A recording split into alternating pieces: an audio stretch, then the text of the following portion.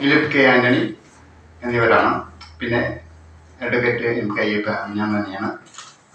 ഇതിൻ്റെ കൂടുതൽ കാര്യങ്ങൾ പറയുന്നതിന് വേണ്ടി ഡോക്ടർ മുമ്പിൽ നിന്ന് ക്ഷണിക്കുക. പ്രിയപ്പെട്ട സഹോദരന്മാരെ, കോഴിക്കോട്ടിൻ്റെ ഏറ്റവും പ്രിയങ്കരനായ ഹാസ്യനടനും നമ്മുടെ എല്ലാവരുടെയും മനസ്സിൽ സ്ഥിരപ്രതിഷ്ഠ നേടിയിട്ടുള്ള സ്വഭാവ നടനും കൂടിയായ ശ്രീ കുതിരവട്ടം പപ്പുവിൻ്റെ 25ാം ചരമവർഷം അനുസ്മരണ സമ്മേളനവും അവാർഡ് ദാനവുമെല്ലാം നടത്തുകയാണ്. ചൊവ്വാഴ്ച വൈകുന്നേരം 3 മണിക്ക് കലിരിക്കുമ്പോൾ കൊമേഴ്സ് ഹാളിൽ വെച്ച് നടക്കുന്ന ആ പരിപാടിയെപ്പറ്റി വിശദീകരിക്കാനും നിങ്ങളുടെ എല്ലാവരുടെയും അകർമണിഞ്ഞ സഹകരണം തരാനും കൂടിയാണ് ഈ സമ്മേളനം വിളിച്ചു കൂട്ടിയിട്ടുള്ളത്. ഇതിനോടൊപ്പം പറ്റി ഞാൻ നിങ്ങളോട് പ്രത്യേകിച്ച് പറയേണ്ട ആവശ്യങ്ങൾ തോന്നുന്നില്ല. നമ്മുടെ മനസ്സിന്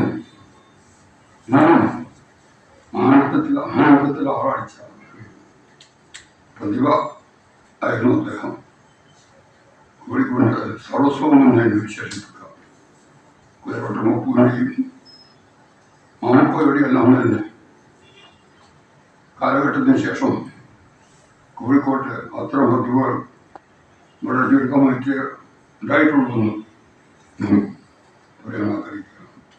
യുവനാഥന്റെ ഭാര്യ ഷെറിൻ യുവനാഥനും ഷർഗയും ഒക്കെ എടുത്ത് താല്പര്യം വളരെ അഭിനന്ദനാർഹമാണ്.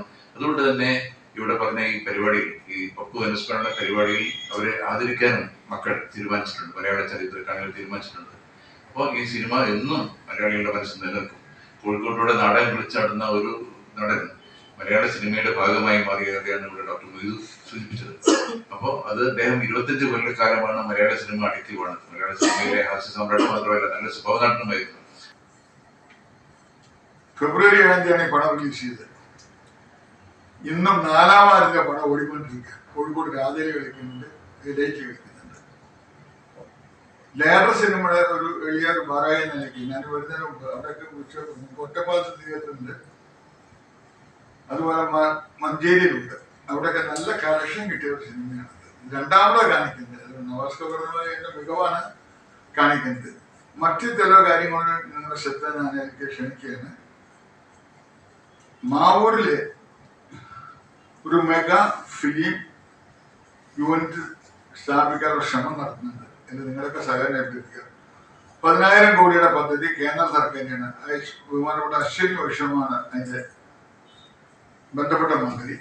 അദ്ദേഹത്തെ കോഴിക്കോട് നമ്മൾ ഈ ആവശ്യത്തിന് നിവേദനം കൊടുക്കുകയും പിന്നീട് അതിന്റെ ഫോളോ അപ്പ് എടുക്കാൻ വേണ്ടി ബഹുമാനപ്പെട്ട സുരേഷ് ഗോപി സാറെ ജോർജ് കുര്യൻ കാണുകയും ജോർജ് കുര്യൻ സാറിന്റെ മറുപടി വന്നിട്ട് എല്ലാം കൊണ്ടും അനുകൂലം പറഞ്ഞത് ഒറ്റ പോരായ്മ പറഞ്ഞത് എയർ റെയിൽ റോഡ് കണക്ടിവിറ്റി പോരാന്നാണ് പറഞ്ഞത്. അതൊരു വസ്തുത കൂടിയാണ്. 4 ഇന്റർനാഷണൽ വിമാനത്താവളം ഉണ്ടെങ്കിലും ഈ 2 വിമാനത്താവളം നമുക്ക് വേണമെങ്കിൽ കൊച്ചിയിലേക്ക് പോകണം.